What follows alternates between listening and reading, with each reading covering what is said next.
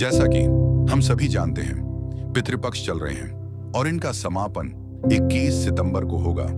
धार्मिक मान्यताओं के अनुसार इस दौरान लोग अपने पितरों की शांति के लिए श्राद्ध, तर्पण और पिंडदान करते हैं।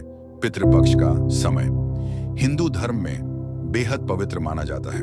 यह काल अपने पूर्वजों का स्मरण करने और उनकी आत्मा की शांति के लिए श्राद्ध, पिंडदान और तर्पण करने के लिए विशेष माना गया है।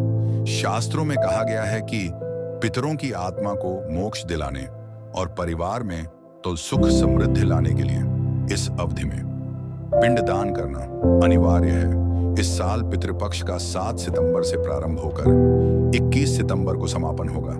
भारत के कई प्रसिद्ध धार्मिक स्थल ऐसे हैं जो पिंडदान और तर्पण के लिए विशेष प्रसिद्ध माने जाते हैं। यहाँ देश भर से लोग अपने पूर्वजों के श्राद्ध और तर्पण के लिए आते हैं। ऐसे ही कुछ मुख्य स्थलों के बारे में जानते हैं। ब्रह्म कपाल, बद्रीनाथ, उत्तराखंड के 4 धामों में से एक बद्रीनाथ धाम के पास ब्रह्म कपाल घाट पितृ तर्पण और पिंडदान के लिए प्रसिद्ध है।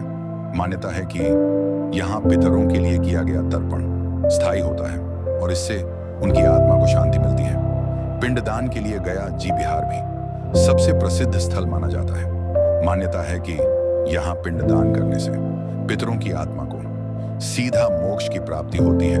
गया में स्थित फल्गु नदी के किनारे हजारों लोग हर साल पिंडदान और श्राद्ध करते हैं। स्कंद पुराण और विष्णु पुराण में भी इस जगह की महिमा का विस्तार से उल्लेख है।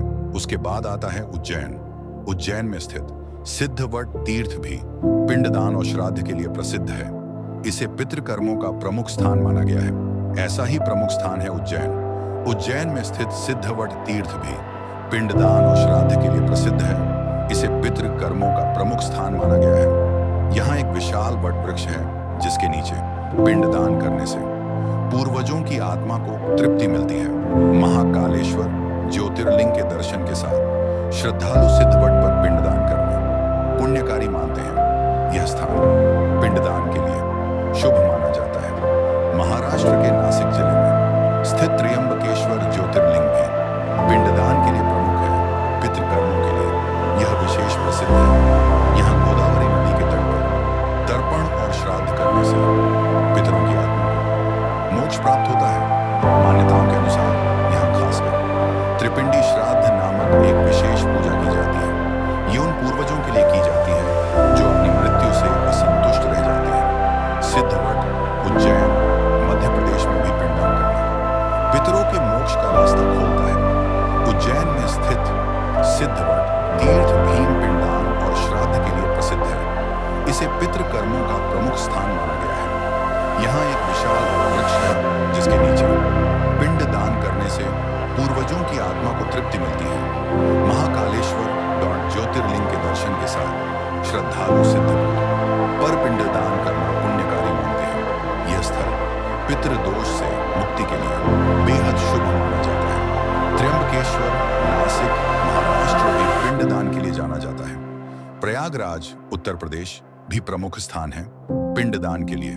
गंगा, यमुना और सरस्वती के संगम स्थल प्रयागराज को भी पितृ तर्पण का पवित्र स्थान माना जाता है। यहाँ संगम पर पिंडदान और तर्पण करने से पितरों की आत्मा प्रसन्न होती है और परिवार पर से कष्ट दूर होते हैं। प्रिंसेप घाट और हुगली नदी के घाट पश्चिम बंगाल भी पितृ तर्पण के लिए खास है।